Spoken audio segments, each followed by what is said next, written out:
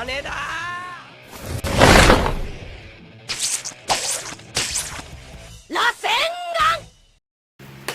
Fala aí, gurizada, beleza? Eu sou o Luiz Abel, jornaleiro do 3 Pontos. Esse é um vídeo solo especial em que cada um de nós escolhe um tema pra falar. E eu escolhi não falar de Batman, o Cavaleiro das Trevas, e não falar de Batman, Piada Mortal, e não falar de Batman, Asilo Arkham, mas e sim do impacto que essas leituras tiveram na minha vida como colecionador.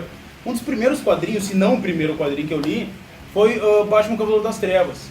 E o impacto que essa obra teve pra mim, eu ganhei a minha primeira HQ quando eu tinha 7 anos de idade, estava passando num sebo perto da minha casa onde eu morava na época, e minha tia me deu de presente o volume 1 da edição em 4 partes do Cavaleiro das Trevas, que saiu em 87. Eu vou pedir pro Rodrigo largar a capinha dela aqui pra vocês. E eu ganhei aquela HQ, eu tinha o quê? 7, 8 anos de idade. E o que eu lia de quadrinho? Eu lia formatinho do Homem-Aranha, formatinho do Superman, que eram leituras bem mais infantis, era uma coisa mais datada, mais infantil.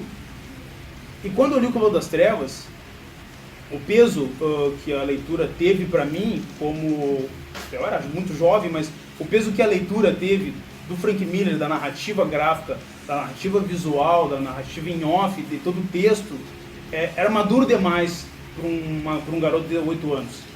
Aí, guardei aquela revista, e eu não colecionava de ir na banca e tal, porque era moleque e não tinha. Aí depois, quando eu comecei a colecionar para valer, com 11 anos de idade, e eu comecei a adquirir os materiais, eu comprei o Cavaleiro das Trevas completo, numa banca perto da minha casa e tal, e reli de novo.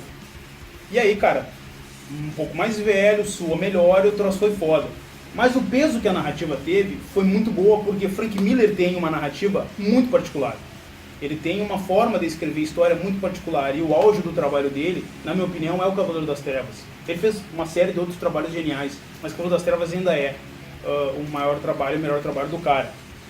E em sequência, eu tive o privilégio de ler outra obra que foi do Alan Moore, que foi qual?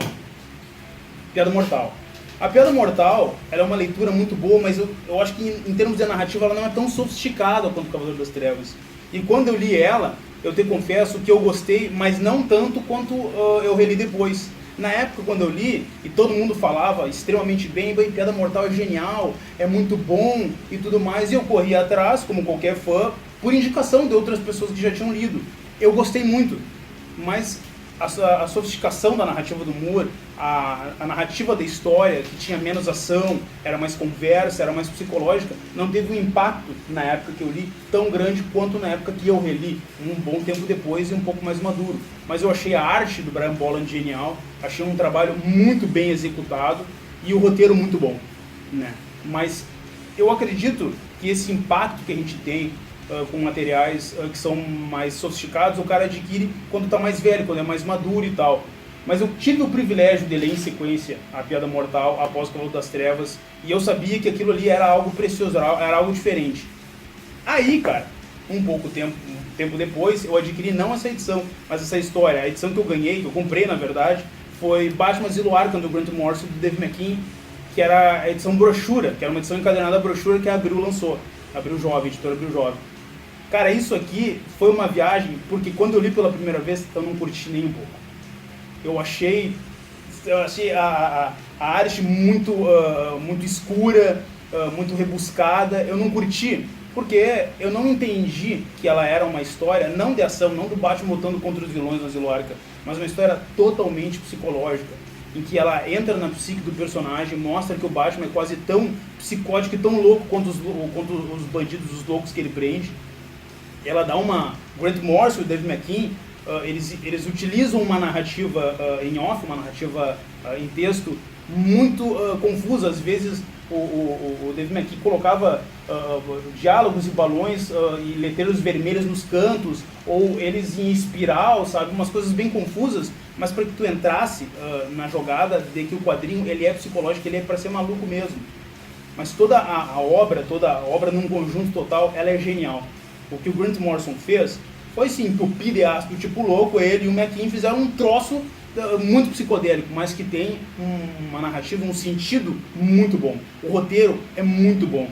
A arte, eu acho, pelo que eu já vi os trabalhos do McKean, serem feitos, principalmente na Orquídea Negra, que a arte dele é muito limpa, é muito concisa e é muito legal, porque o cara trabalha com aquarela e trabalha com lápis muito bem. Aqui ele fez uma coisa propositadamente mais sombria, mais pesada, mais carregada, entendeu? Mas muito boa, entendeu? Por quê? Que é para que o roteiro, a escrita e a arte estejam unificados, eles entrem numa fusão e que funcione muito bem.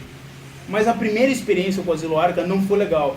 Eu reli a Ziloarca, eu comprei ele em 90, 91, eu reli, fiquei com ele na minha coleção, guardei, não me desfiz e tal, e reli ele uns anos depois, e aí, um pouco mais de idade, um pouco mais velho, eu vi o quanto a história é genial, cheia de referências, cheia de momentos impactantes, principalmente quando o Batman é analisado naquele teste de Rorschach, que é Paulada, que é uma psicóloga que está dentro do Arkham, faz um teste com ele, um jogo de palavras. Cara, isso aqui é muito bom, entendeu? Então eu tive a oportunidade, o privilégio de ler essas 3 obras praticamente em sequência na época em que elas foram lançadas. E eu recomendo para vocês que, se um dia vocês tiverem a experiência de ler em sequência, tanto faz começar aqui, ir para o Piada Mortal ou para o Ziloarca, que tenham a mesma experiência, o mesmo privilégio que eu tive. Tá, eu não quis dar um enfoque total na história, porque é mais uma experiência pessoal como um fã de quadrinhos que eu sou. Então, cruzada, fica a dica aí, se inscreva no canal 3 Pontos, tá? A gente vai estar sempre fazendo um videozinho bacana para vocês, nos sigam aí nas redes sociais, um abraço do jornaleiro e até mais.